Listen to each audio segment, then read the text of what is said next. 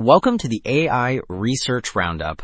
I'm Alex, and today we're looking at a paper trending on X, published on July 22nd, 2025, just 2 days ago. This paper presents a powerful way to take a massively complex system, like a neural network or an ecosystem, and simplify its dynamics down to something much more manageable. The paper is titled, Building Intuition for Dynamical Mean-Field Theory, a simple model in the cavity method, and it's a fantastic tutorial on a really deep topic.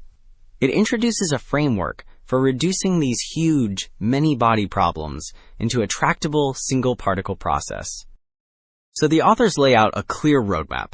They first use a simple linear model to build intuition for the core framework, called Dynamical Mean-Field Theory, or DMFT. This is the method for simplifying the complex system.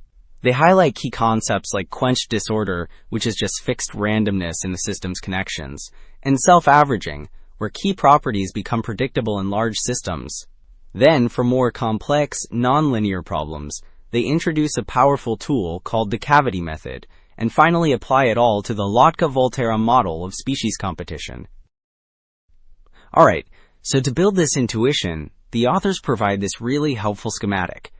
It starts with the whole complex system, a network where everything is connected. The key idea is to pick one component at random, a star particle, and separate it. The diagram then shows how the rest of the network influences this particle.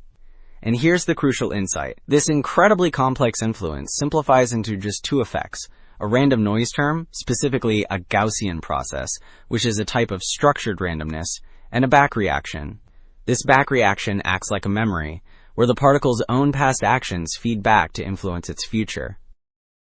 Now, that first approach works well for simple, linear systems. But for more complex, nonlinear problems, the authors introduce a more general tool, the cavity method, shown in this next diagram. The idea is to add a new cavity particle to the system and treat its influence as a tiny nudge. The diagram then shows how the system's response to this nudge is calculated using something called dynamical susceptibility, which measures how one part of the system reacts to a push from another over time. And just like before, this whole complex feedback loop simplifies down to a tractable, single-particle process. So, the big question is, how well does this theoretical simplification actually work? This next plot puts the theory to the test. It shows the covariance function, which measures how a particle's state at one moment is correlated with its own state at a later time. The solid blue line is the prediction from the simplified dynamical mean-field theory.